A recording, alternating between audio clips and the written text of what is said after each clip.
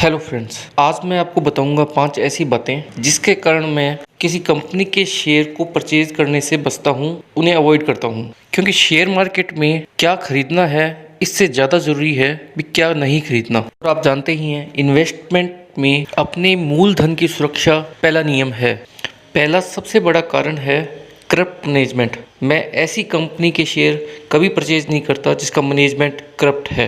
और यदि मैंने किसी स्टॉक में इन्वेस्टमेंट कर दिया है और मेरी जानकारी में ये बाद में आता है कि उसका मैनेजमेंट करप्ट है, तो उसी समय उसे मैं सेल कर देता हूँ, क्योंकि ऐसी कंपनी में इन्वेस्टेड रहने का कोई अर्थ रह नहीं जाता है। सेकंड कारण है डेट्स, कंपनी पर कर्जा। मेरी नज़र में किसी कंपनी के फेल होने का मुख्य कारण कंपनी का अपने डेट को ना चुका पाना होता है। किसी कंपनी की बैलेंस शीट में उसके रिजर्व से ज़्यादा डेट्स हैं और उसकी इनकम का बड़ा हिस्सा इंटरेस्ट को चुकाने में जा रहा है, तो मैं ऐसी कंपनी में इन्वेस्टमेंट करने से बचता हूँ। लेकिन एक कंपनी लगातार अपने डेट्स को कम कर पा रही है तो ये एक अच्छा साइन भी होता है। तीसरा कारण है कंपनी के रिटर्न्स का कैश फ्लो में रिफ्लेक्ट न होना।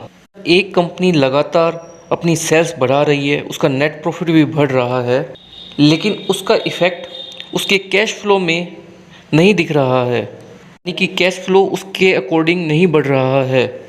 ऐसी कंपनी को अवॉइड लिस्ट में डाल देता हूँ। नेक्स्ट कारण कंपनी के टॉप लाइन का इंक्रीज न होना। एक कंपनी अपनी टर्नओवर सेल्स को सस्टेनेबल तरीके से नहीं बढ़ा पा रही है तो वो भी अच्छा साइन नहीं है। नेक्स्ट रीजन कैपिटल एलोकेशन का प्रॉपर न होना। एक कंपनी साल दर साल जो प्रॉफिट कमाती है उसे अपने धंधे में री इन्वेस्ट तरीके से नहीं कर पाने के कारण मेरी अवॉइड लिस्ट में आ जाती है। मुझे पूरी उम्मीद है अगर आप भी इन बातों का ध्यान रखेंगे तो अपने निवेश में मूलधन की सुरक्षा कर पाएंगे। धन्यवाद।